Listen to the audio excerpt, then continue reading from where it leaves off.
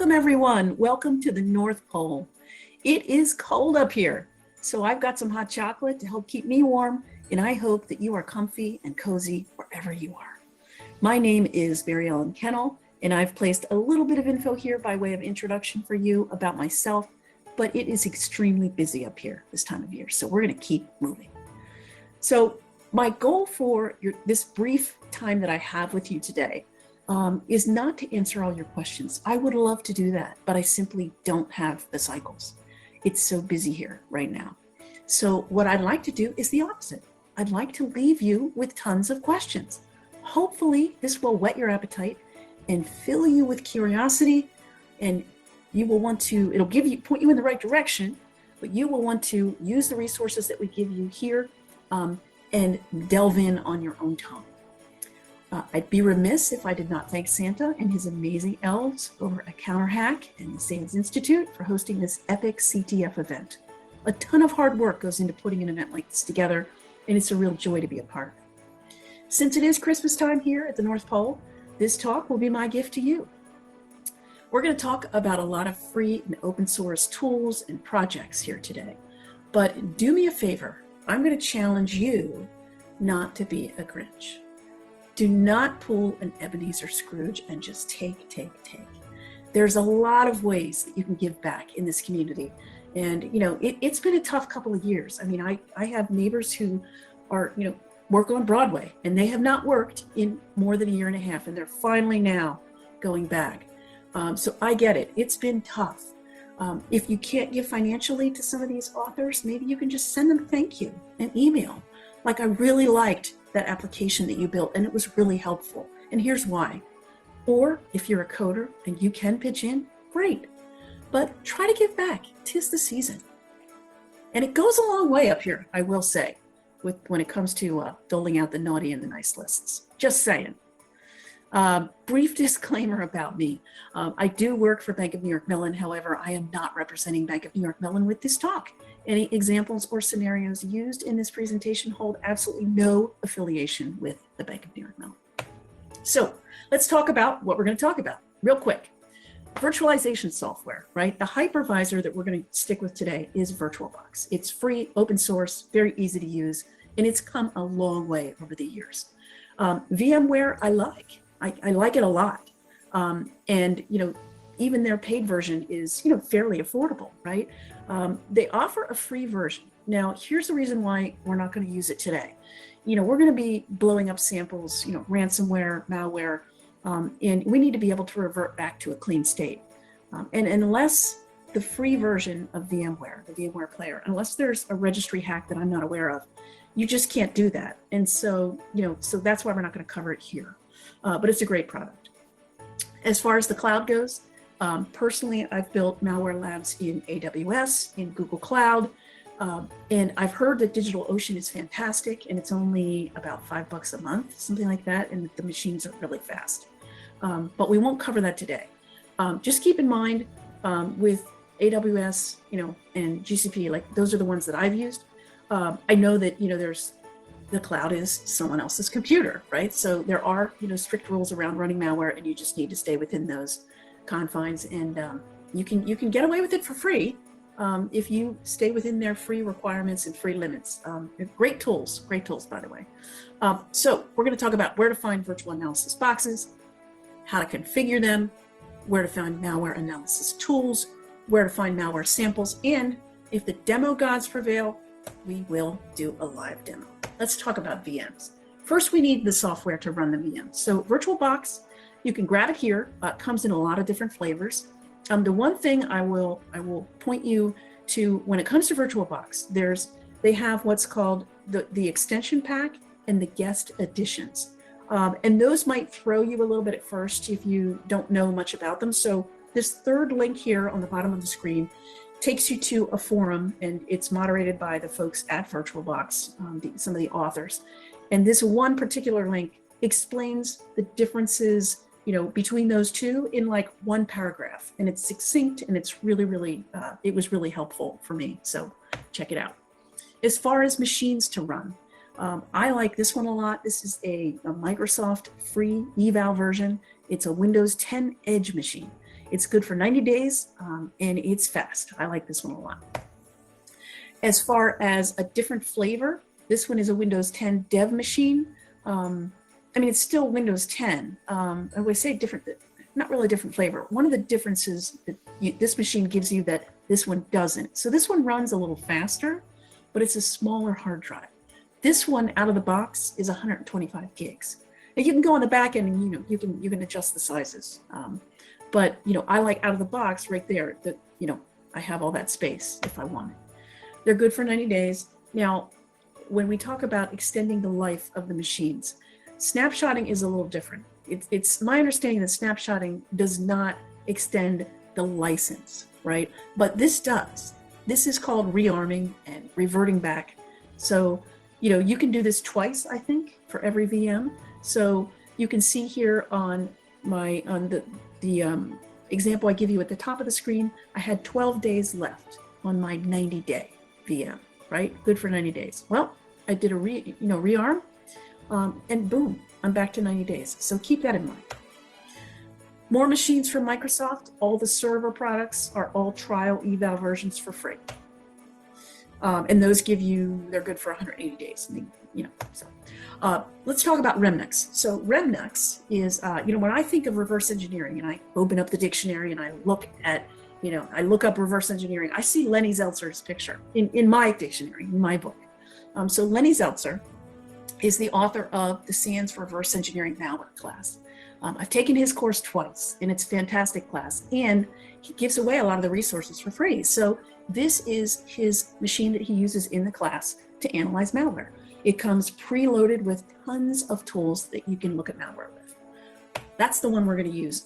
This one is very good as well. This is, it used to be FireEye. I think when they did their recent reorg, I think Mandiant got the tools side of the house, I think is one of the things that happened. But it's still, still being supported. It's a fantastic distro. I think it definitely needs at least 60 gigs. So, make sure you have plenty of free space. But I've used it in the past, and it is very, very, very good. It's also, comes pre-packed with tons of tools to look at malware. So I didn't want to not talk about Kali. So Kali is not, probably when I think of a machine that comes preloaded with malware analysis tools, I mean, I probably wouldn't think of Kali per se, but it's got tons of tools that are great for looking at malware. So it's also a possibility. So that's it for, building building our machines. That just scratched the surface, I know, but we've got to move on. I have very little time here. So these are some more resources that are more in depth that I'm going to leave with you so you can check those out. Let's talk about configuring these VMs. So when we're running ransomware, back in the day when ransomware was just coming on the scene, ransomware has a list of file types, right, that it's going to encrypt and then it's going to go after. And back in the day, I didn't really care about PCAP files. So, I could hose my entire box, but I still had my analysis PCAP. I could go back and look at everything. Well, the authors kind of, I think, became wise to those types of things. And so they build in anti-forensics now. So, we just need to think about anti-forensics, right? So a little bit of that is what we're going to do here today. We're going to pipe the traffic out of our victim machine. Our Windows machine is going to be the victim machine, and that's where we're going to detonate our samples. And we're going to pipe that traffic out to Remnux. So the way we're going to do that is we're going to run ifconfig on Remnux and file away that IP that it gives us, right? Then on the Windows machine, you run ipconfig, and whatever IP it gives you, just hard code that in and make it static, right? Then for the default gateway, you're going to put in the IP that you had for your Remnux machine and for the DNS server as well. And what that does, it allows the two to communicate to each other. And the Remnux box can reach the internet, but the Windows host cannot. And that's kind of what you want. So the first thing I like to do on my Remnux machine is I fire up Wireshark, and then I fire up fake DNS, and that's going to log the traffic queries, right, from the victim machine, which is the Windows machine. Over on the Windows side of things, I fire up Burp, and Process Hacker or Procmon or a host of many other tools that you can run. Just a few of my favorites, but there's many others that you can run. So quick things before we detonate. Host only will keep you out of trouble. Make sure the host that's running the virtual software is non-prod. So if something does escape, it doesn't rock your world. Take snapshots. That's why, one of the reasons why we use VMs, right? So that we can revert back to a clean state. Turn off the AV on the VMs, shut the Windows updates down, set your VM firewalls off. I know this is not, it sounds counterintuitive, right? But remember, this is not a talk on how to harden your endpoints. We're doing something very specific here. So this is why we want these settings the way we do. If you're kind of new to malware analysis, just one thing to file away is, when you download malware from places like VirusTotal, it's going to be zipped up and the password is usually infected. 9 times out of 10, it's going to be infected. The one last thing, the usernames and the passwords for all of the VMs that I mentioned should be right there on the downloads page. You just kind of have to look around for them, but they're there. Where to find tools? Again, Remnux, the documentation page for Remnux is fantastic. So all of these are little flyout menus that you see on the screen here. And if you click on them, it'll take you to a little description about like tons of tools and where to find them. And the bit.ly link on the screen is a paper that I wrote about dynamic analysis, static analysis, incident response, and there's some helpful nuggets in there for you as well. So just a little bit about the nomenclature. I'm not a reverse engineering snob by any means, but you will run across people who, they're sometimes a little uptight about the the nomenclature that's used.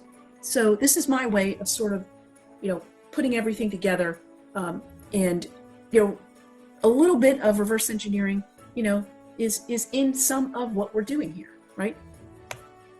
Also, static versus dynamic malware analysis. This is a great resource to learn about the differences between those two as well. Where to find malware? Very simple. Just go to my, I run a little website with all things DFIR. It's dfirlinks.blogspot.com. Click on, the beaker that you see there, the malware analysis, and you'll be up to your eyeballs in malware. But be careful, and I am not responsible for any malware that you pull down. Just saying. All right. Speaking of malware, let's run some, huh? All right. So we've got our victim machine ready to get hosed.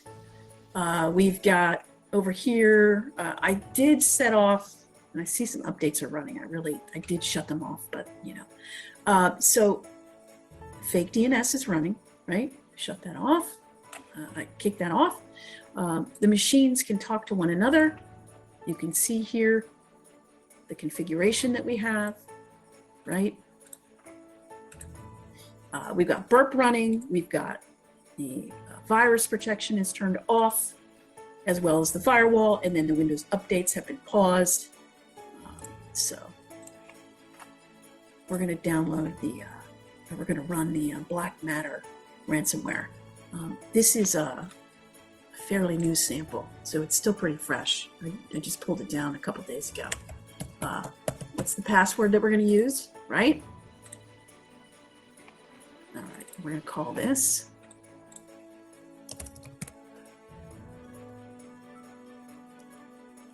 somewhere.exe. Okay, pull it over here. And should have process hacker up and running. All right, yeah, it's running here. So that'll, give us an eyeball of what's happening when we detonate the malware. So let's kick off our PCAP and let's roll. Ready to get hosed? Here we go. Now it's probably going to reach out to some shady.org, right? You should see it over here. Not WJ32. So it's in right now. It's deleting the volume shadow copies. It's encrypting those, and well, not encrypting them. It's deleting them. It's not reaching out to those. There it is. There it is. Those .orgs. There we go. Those are the shady ones that it talks to. So it's going to hose everything. In fact, it already has, right? So you can see here we go. Here's our ransom note. All your files belong to us, right? Black matter. And it's hosed everything. This was a file. It's now encrypted. You can see over here, even my TXT files are encrypted. Did it get Wireshark? Yes, it did. Oh, no, it didn't get. I wonder if Wireshark is still on. Let's see. I'm curious. No, it got it. It got it. It got the DLL, I think, that is attached. Well, we are out of time, but you can see how valuable, this kind of a resource is. I hope that you see that. And I hope that you'll have lots more fun running more malware on your own.